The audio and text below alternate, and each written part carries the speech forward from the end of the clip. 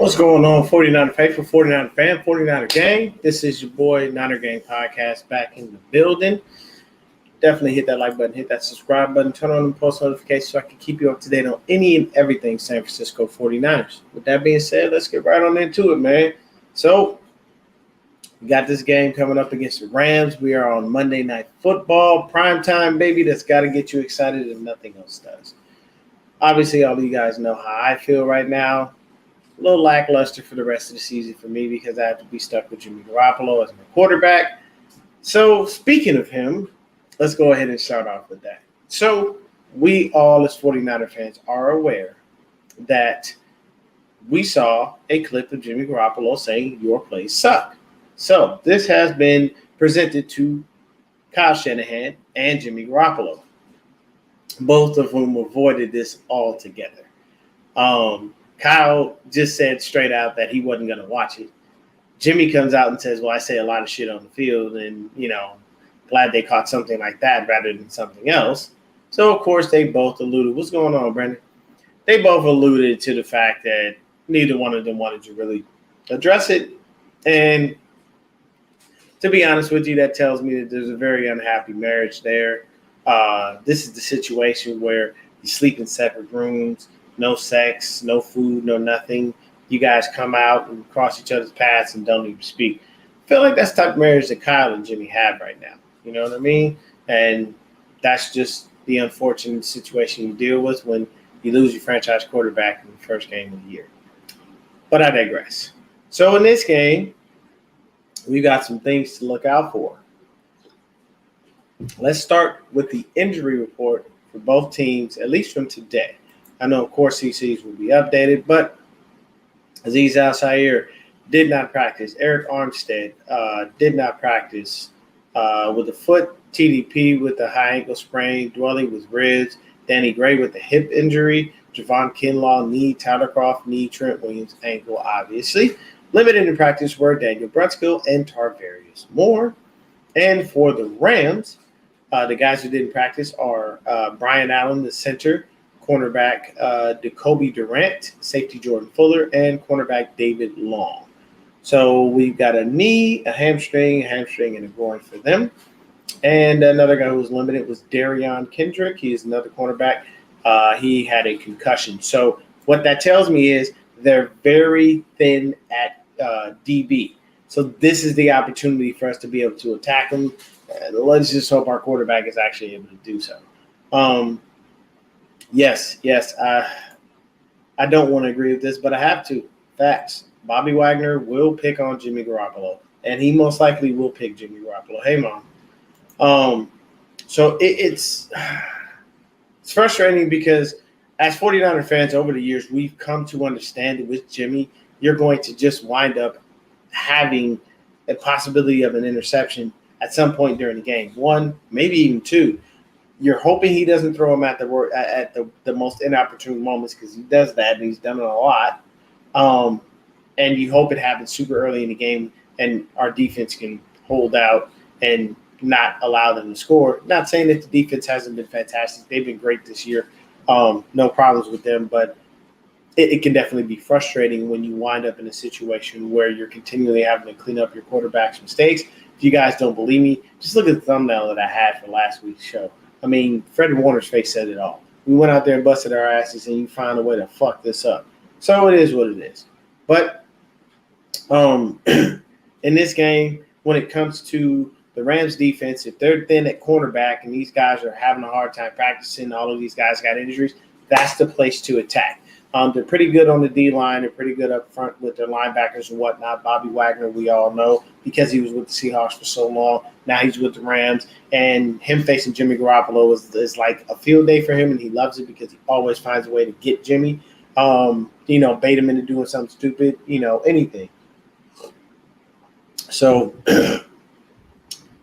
that's the situation right there. We all know AD lives and breathes that he is the heart of that defense and the heart of that D-line especially.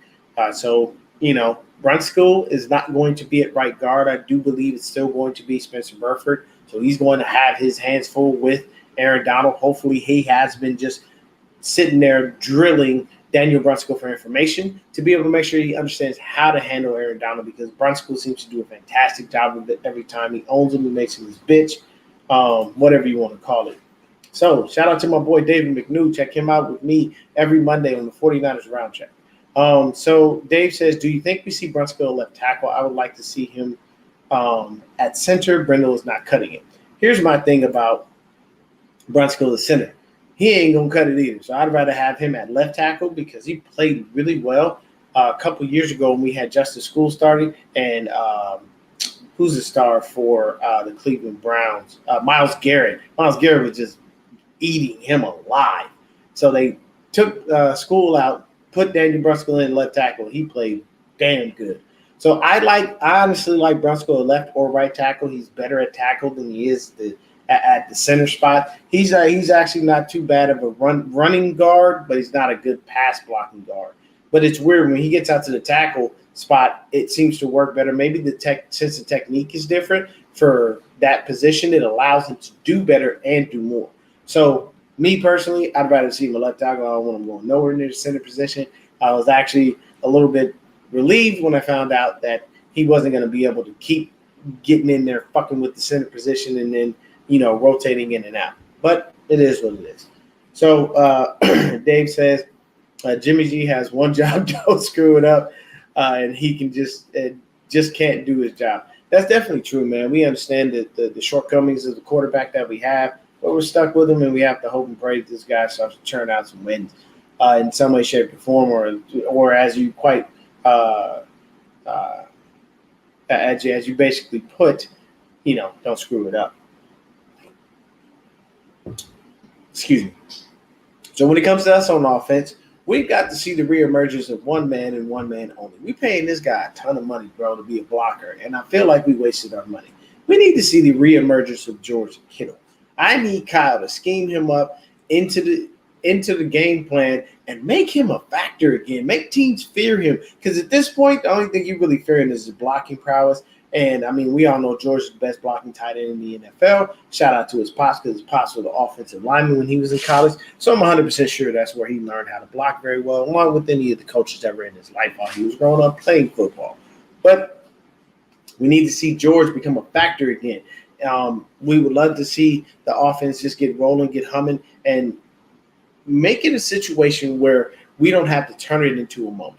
Because the issue is when we turn it into a moment where we need Jimmy to shine, that's where he really fails. And that's what we don't want. So instead of being frustrated and trying to, put him in a position where he has to play hero, how about we not let him play hero and go out there and just have everything ready for him? Because we have to help this guy any way we can. Like I said, we're stuck with him. It is what it is. You got to hope that Ayuk and Debo can get out there and get some things going. I saw that, just like I said, Danny Gray was having an issue with the hip, but he's irrelevant because Jimmy doesn't throw deep. So there are a variety of things going on. I was watching Breezy's channel a little earlier. Shout out to Wayne Breezy. Shout out Nitty Gritty Niners, all the family over there. And he was doing his normal Madden simulation. I only got through about the second quarter, and we were already losing 14-0. Jimmy had fumbled. They took that to the house for a touchdown, and I think it was Cooper Kupp or somebody else that scored. I'm not 100% sure. But basically, we were down 14-0 already. And it's like, oh, God. But here's the facts. Jimmy doesn't lose against the Rams. He truthfully does not. That's the craziest thing about this. He does not lose against the Rams. He's either like 5-0 or 6-0, something to that effect. But whenever he plays him, he seems to always wind up winning. It may not always be the greatest and prettiest of wins, but at the end of the day, a W is a W. Take it how you can get it. So the other thing is, a lot of people have said that, when Jimmy has a bad game, he usually bounces back with a better one after that. So we hope that is the case. We also hope that he continues his winning ways against the Rams. Last time he met the Rams, he did lose to them in the NFC Championship, which is what it is. No point in crying over spilled milk. Not even going to go back into it in that little spiel, because believe me, I would love to rant, but not going to do it. So the other thing is on our defense, we have to contain Cooper Kupp. That is not an easy task. That's not a walk in the park. I'd love for our defense to shift every now and then. And when we have a superstar receiver like that, allow Mooney to travel with him. because Mooney can hold him down, whether he be in the slot, whether he be on the outside, anything like that. Mooney's going to hold him down. Diablo Lenore is now our slot guy. He wound up playing a little bit better in practice than Sam Womack. Not to discount anything from Womack because he could probably still get out there and get busy. And he looks great on special teams, by the way. But Lenore came through, and he's been looking really good. So I figure, hey, even if they throw him in the slot, hopefully Lenore can keep up with him. If they throw him on either side of the field, we got Mosley and we got Mooney over there. So we'll kind of see what happens. I don't know how well everything is going to go with that. But as far as everything else, I mean, I don't really know too much about their receiving core outside of Cooper Kupp. Allen Robinson has been pretty much, a non-factor when it comes to them in their passing game. For us, it's always the usual suspects. It's either going to be Kittle, Debo, or Ayuk. Juwan Jennings hasn't been over the top great, but he's been doing all right, as far as that's concerned. But let's take a look at some of these guys, man, because their run game is all right. It's nothing to fall out over, man. It's just it's doing what it's supposed to do, I guess. But their run game is not what ours is. They do run the same type of scheme, but they don't have a run game like we do because we have, a lot of backs that do many, many different things. So as of right now, not bad for the two running backs. Darrell Henderson is averaging 4.1 yards per carry, and Cam Akers is averaging about 3.5. Now, we've been pretty stout against the run, so we should be okay to hold that down. As far as the receiving, yeah, it's pretty much Cooper Kupp, Tyler Higbee, and the only other receivers looks like Brandon Skowronek, of course, Allen Robinson, Brandon Powell, but nobody else. And, I mean, no one knows who Brandon Powell or Ben Skowronek is. So it kind of is what it is. The only other person that scored a touchdown has been Allen Robinson. All the other guys, not even Tyler Higbee has scored. So that's going to be the main focal point for our defense. John V, what's good? What's good with you, man? So basically, we need to be able to hold Cooper Kupp down, try to shut him down as best we can because, Cooper, he's really good. So sometimes he's going to get his a little bit faster than you anticipated. The other thing about that is we're going to have to make sure we keep an eye on Tyler Higbee. He can be a bit of a problem. And Ward isn't back to cover the tight ends because that's usually our guy that we put on him. So we may see a little bit of Tayshaun Gibson on him, or possibly they may even tell Huff to keep an eye on him if he gets, beyond our linebackers and whatnot. I don't foresee that happening. I do think that we should be perfectly fine with that. The beauty of this season has been our defense. Everything has looked great. D'Amico Ryans is looking like a fucking genius. He is using Huff in ways you cannot imagine. Like I said, Huff will only get better when Jenny Ward gets back. That's going to be like the nastiest safety tandem in the league. Those two dudes together it's going to be super, super hard hitting. But when I look at the defense, the other thing that I need as well, because I'm looking at some guys who haven't been giving me enough. I need a little more from Javon Kinlaw. I see him get stood up a lot, and it's almost like he stops his feet and he doesn't keep going. And it's like, Javon, bro, you're a first-round pick. I need you to give me a little bit more, man. You got to give me more than what you're giving me right now because this ain't enough. I need you to do it. Another plus, Bobby Turner is returning to the team. This will help our running backs room tremendously because if you think about it, if you put the mind of Anthony Lynn and Bobby Turner together when it comes to running backs, we're going to have some monsters. And I pray to sweet baby Jesus that he gets in Kyle's ear and says, you need to start listening to Anthony. Give this kid Jordan Mason the rock. Let him run. Let him spell Jeff Wilson Jr., not Deebo Samuel, because you're going to run Deebo into the ground. When you put Deebo in the backfield, don't give it to him. Fake it to him. Everyone thinks he's going to get it. That's the thing. And most of the time he does. So you're not fooling anyone with that game plan. You got to be smarter about it. So if Bobby Turner comes back, since he is back, obviously, and he can get in that ear with Kyle Shanahan, that'd be fantastic, man, to help us out. Because I want to see Jordan Mason do his thing. He only had one carry, but he has 7 yards. That's a 7-yard average from a technical point. So shit, if he's averaging 7 yards, fuck that. Give him the rock as much as you want. That means every 2 times he runs, I get a first down and possibly even a T. They better let that little dude do his thing. So that's the other thing as well. I feel like they need to make sure that they get that in order, to allow themselves to be able to, utilize the guys that we have, because we can't use TDP because he got the high ankle sprain. Elijah's not going to be back for, I think, at least another month and a half. So we have to run with these guys that we have. Marlon Mack is here. I'm pretty sure they're going to call up Tico Raw. They might even send Mack back down to the practice squad, because if anything, Kyle Shanahan would rather run with the guy that he knows is proven, and he likes to mess with his guys. I always tell y'all, Kyle Shanahan is helping out the homie. So he brought Tico Raw back. You'll probably see Tico in this game.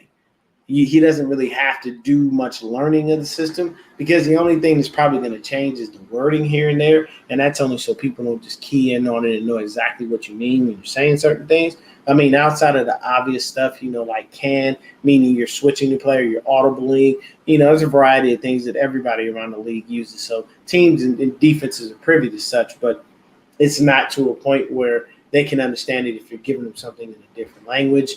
So that's basically what Kyle does to combat such.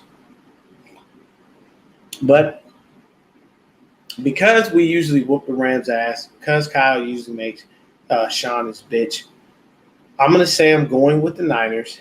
Probably going to be a closer game than we all think. I don't think we're going to go out there and just blow the Rams out. But the one thing is, it's very simple. David said it earlier. I'm going to roll with it. The number one thing is, Jimmy, don't fuck this up. That's all. We're not asking you to go out there and perform a miracle. Your name is not Jesus. You are not God. None of that. We're just asking you not to screw this up. Literally. Just throw the safe throws that you throw. Make sure they're on point. Stay away from Bobby Wagner. Don't even try Jalen Ramsey. Just find any and everyone that's not being covered by him. If we're running the rock, let's make sure we rotate the guys in and out. Little Jeff Wilson Jr., Little Mason, a little bit of Coleman, whatever. But do the running back by committee like you've been doing since you were here. Stop acting like you don't have a running back outside of Jeff Wilson Jr. when you clearly do. I just don't want Debo running to the ground. That's my number one thing. Because if he gets running to the ground, we're going to have to go ahead and run with Jennings and Ayuk. That's not a bad tandem. I love Jennings. And last year I dubbed him Juwan motherfucking Jennings. But the thing is I don't want to have to go that far if we don't need to. So we're trying to avoid any more injuries. And along with that, we're trying to make sure we win games in the process. It's a little hard. X factor for the game for me is definitely going to be Deebo Samuel. I'd love to see him get out there, get off, get nasty, get that yak, be the man that he is, be that Debo on the field, and, snatch some souls out there. For defense, I'm just going to keep rolling with my guy, Huff. That's my X factor every game. That young man is a nightmare for offenses to prepare for, because you never know what he's going to do. And he's so smart. His football IQ is ridiculously high. On special teams, man, Ray McLeod, keep doing your thing. But to be honest with you, not even Ray is getting love from me for right now. I appreciate him for what he's doing. Mitch Wisnowski, keep punting the shit out that motherfucking ball, bro. Do your thing, Mitch. You are out there punting that motherfucker to the moon if you can, and I appreciate it. So special teams has been an improvement this year. That's a beautiful thing. I'm very, very happy about that. This new regime that they brought in for special teams specifically, and even the new guys, everything's been working out well. And I like it. So, with that being said, I do know that on our side, what's up, 49er Media? I do know that on our side, I did hear Kyle state that Armstead was definitely out. So was obviously TDP, and that Azeez definitely is not going. And it's like some of the guys we would have hoped for Armstead to be able to go, but it is what it is. We got to deal with it. Kevin Givens got to step up, get up in there, and make sure he's another hog in the middle. Even though he's not 6'7", and he doesn't have that crazy wingspan, he still have to get out there and do his job, get busy, get paid millions of dollars, go out there and earn every penny. So that's just for me. You know what I'm saying? Debo on offense, Hufanga on defense as far as the X factors. And I'm just looking for a little bit more from, whoever our left tackle is. It might be Colt McKivitz, maybe Daniel Brunskill, depending on how he pans out through the rest of the week. And they may keep it, if they put him in left tackle, I'm actually very happy about that because he's a better tackle than he is a guard when it comes to pass pro anyway. But I'll definitely say that those are my guys. The other thing I really want to address very quickly at the end of this, and this is not 49er related, but the situation with Tua Tagovailoa. Here's the thing, people. The Dolphins, the league, they messed this up. They didn't handle this properly, man. Honestly, if that was me and I'm the Miami Dolphins, I want to save face. I'm going to send him to the best neurological doctors that we have, wherever they are. And I want Tua to get checked out. I want to reiterate to Tua, hey, this is your job. This is your team. But for the sake of your health, I'm asking that you go to these doctors and you come back with a clean bill of health. So I can know and understand that you're actually all right for me to put on that field. When Tua got slammed to the ground yesterday, the number one thing I saw was his hand froze. When that happens, that's a concussion / seizure. And that's your nervous system telling you this shit ain't right. Your head shouldn't have hit that hard. Your body is not supposed to react this way. Something is wrong. I'm sorry, man. When I saw that, it broke my heart. It scared the shit out of me. What's up, Eddie Glover? So I'll tell you exactly why it does. Because I have a mom and an aunt that have cerebral palsy. I've seen seizures firsthand. It's not something you want to be anywhere near a part of. And it will scare the fuck out of me. I didn't like seeing them. I never want anybody to have one, man. It's one of the worst things that can happen to your body. And the other thing that this reminds me of is our quarterback, Steve Young. The man was low-key told, hey, that field is going to be your grave if you get too many more concussions. That's why he retired. Steve would have kept playing, man. But he just couldn't. We played back when Steve was playing and when Joe was playing, they're playing a lot more violent style of football. You get your world rocked. You get your shit fucked up as quick as you got out on that field. They didn't care. And they weren't throwing flags. There was no defenseless receiver, none of that shit. It was smash my football. What's going on, Val Ramos? But for me, that's what I would do if I was the Dolphins. I'd send Tua to some specialists. I'd get him checked out. I'd make sure he's cool. I'd tell him, hey, look, man, I know you got pretty much an extra week off, but look, this next game, you're not playing. I need you to sit the fuck down somewhere and get your shit right. Go visit these doctors. When you give me a clean bill of health, you are to be inserted right back into the starting lineup. This is your team. Speak with the kid, reiterate to him, let him know, hey, look, man, we doing this for your health and your safety. If you're not alive, how are you going to win any games for us? If you're not alive, your family is going to be ridiculously hurt. They're going to mourn. They're going to be saying, we don't want any of that. We want you here. We want you as the face of this franchise. We want you as the starting quarterback. That is not going to change.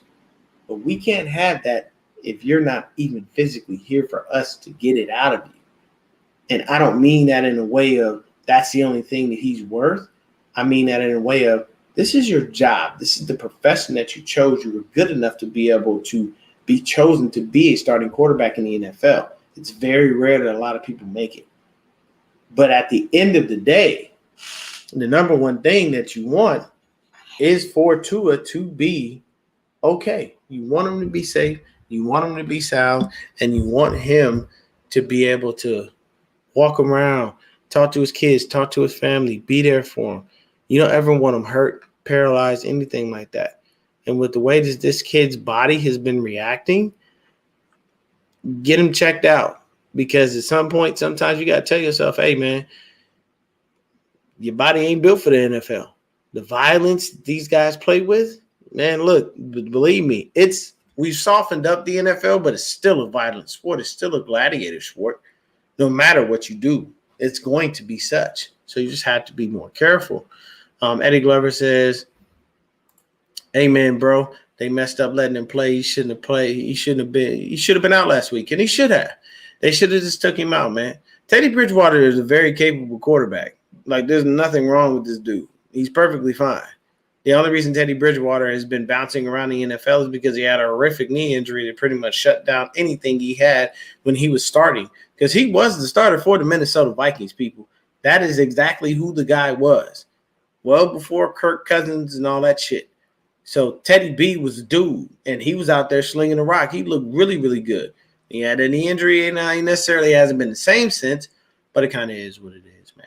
But really quick, you know what I'm saying? I got to pay some bills. So let me give y'all a message from my man Zach at the Hive in my bookie. What's going on, guys? Zach Hernandez here from 49ers Hive.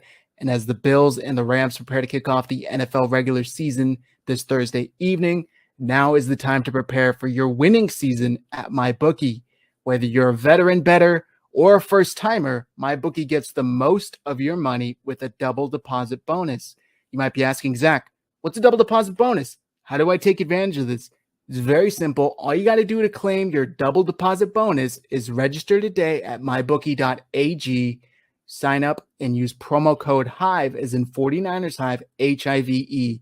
This is designed to add more excitement to the game and sports we all love.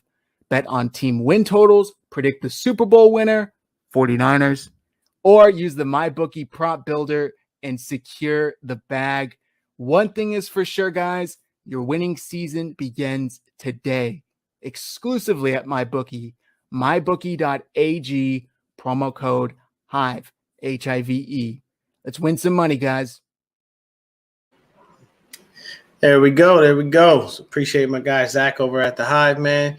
You know how we do it. Nothing but love to them, man. They brought me in graciously and have always been good to me, man. John V, he says McDaniel fucked that up. I hate to say it, but anyone with two fucking eyes can see the tool was fucked up Sunday. Missed me with those baseline tests. McDaniel failed, in my opinion. No, and I'm not stating that, like, tests should be, because, like, the little basic stuff with the neurologist, but you can pay people off, man. Everybody got a price.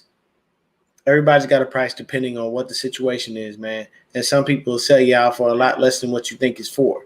So you got to be real, real careful about that, man. Yes, Teddy's been slept before.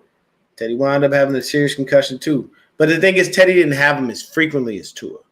Tua's been injured like several different ways. So, and a lot of it, honestly, is tied to his neurological system, and I think he should kind of take a little step back. David McNew says Kenyon is young. Knee conditions don't get better, they get worse. Sucks for someone his age to have these issues. It's very, very true, man. And this one I agree with a lot. So I was watching First Take, and on First Take, there was, Swagoo was saying that, there were some things he saw he should have spoke up about. And a lot of the times when you're playing organized sports, the number one thing you don't want to do is look like the weak person or look bad. And it's hard to do so because you don't want to lose your spot to someone else behind you, even if you don't feel that the competition behind you is better. But at the same time, it's just there's so much pressure put on you to be out there if you can. And even when you feel like you can't, you still want to be out there because you want that shine, that spotlight. You want that time. You want to make sure you don't lose your starting spot or anything like that, or wind up being relegated to special teams or even to the bench because the guy who played behind you came in and did better than what you did. So it can be frustrating, but the thing is you have to do exactly what John B is saying right here. Save the player from himself, herself. You have to be very, very careful because some people will try to play through anything. And it's like, hey, man, if I could look at you and see that both of your eyes is going every which way but looking at me straight, no, sit down somewhere. And the coaches have to feel that way and make it more a situation where people are not in that same mentality that they've had from kid all the way to adult of I've got to go out here and play with everything I've got every single game because if I don't, somebody's going to steal my job. If I tell the coach, hey, I feel like I had a concussion. I don't think I should go back in the game. He's going to look at me like, well, you're weak. Why are you even on my team?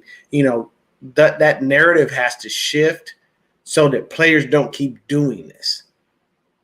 Because instead of these players wanting to take care of themselves, they're too busy saying, I don't want to lose my job. I don't lose my livelihood. This is how my family eats. And if I don't get out on that field, even though I'm only supposed to see 11 other people and I see 22, these are the things that I'm talking about, man. And you got to be really, really, really careful about that. John V says Tomlin had to save Ryan Clark from himself after the sickle cell situation in Denver. Clark lost his gallbladder and a portion of his spleen. 5 years later, Ryan pays doctors 1 or 2. Yeah. Those are the things. And see, that's a good coach because he said, hey, man, take care of this shit. Don't worry about this football team. We're going to be all right. Every time we play a game, anything that we do is going to be for you. It's going to be in your name. It's a nice thing, but that's the thing. You don't want to allow that player on the field if they're not healthy enough to go. Save them from themselves because they will go in and think they are okay. And next thing you know, it's going to wind up in a really, really bad situation. And nobody wants that. So for me, hopefully Tua gets himself checked out. He's together. He's okay. And hopefully Mike McDaniels is able to manage that situation properly because believe you me, I'm going to tell you right now, they're not going to look at the owner. He got way too much money. They're going to look at the head coach. They're going to blame you. So you might want to handle that as properly as you can. That way you don't wind up with, any other bullshit. And John V says to pitch to Tomlin why Ryan could in fact play. And he said, no, yeah, that's the whole point of it. Sometimes these doctors are telling you straight up, like, no, man, they're telling you like, hey, these are reasons that we tell you can play, you can do this, you can do that. But then you get on that field and they didn't tell you could play. Now you're permanently injured and you don't know what happens. You forced it. Sometimes you got to listen to your body and listen to the situation. When it says no, let it go. That's all you got to do. You got to do like Frozen, man. You got to let it go. Or, you got to, I think I better let it go. Looks like another love TKO. Y'all don't know nothing about that now. Calm down. My dog Breezy out there, he'll know what I'm talking about. But that's it for me, man. Quick little show, just a little preview to let y'all know what it is. Everybody kind of understands the Rams and 49ers, battle back and forth, and how we've been over the years. And we know that this previous year we got in Matthew Stafford's ass, but we didn't do it when it count. And we'll get him again. You know what I'm saying? Stafford's good for a couple of fucking interceptions, just as Jimmy is. He ain't no damn, world beater. The only difference is that Stafford has a bigger arm, and he's got a ring on his finger, man. Jimmy, I think Jimmy has some, but he ain't winning. Stafford won his after God knows how fucking long, bro. It's just straight up crazy. John says, I feel like McDaniel should have been so much more wise looking out for that young man. Yeah, we all do. And thank you for the compliment, Val. Val says, keep up the good work. So I'm going to get out of here, man. I appreciate y'all for tuning in, hanging out with your boy. I'll be back on Sunday night, 7 p.m. Check me out with my boys from the Hive, my forever faithful podcast buddies. We'll probably have 49er Media and maybe a couple of other people in there. Just get a nice little roundtable going, bounce ideas off of each other. And that'll definitely be a good show. David McNew, I'm gonna get at you, Dave, man, because I could definitely send you the info and bring you in, man. That ain't nothing. But appreciate everyone for tuning in. Y'all have yourselves a blessed evening. Stay safe, and most of all, man, stay faithful. Peace.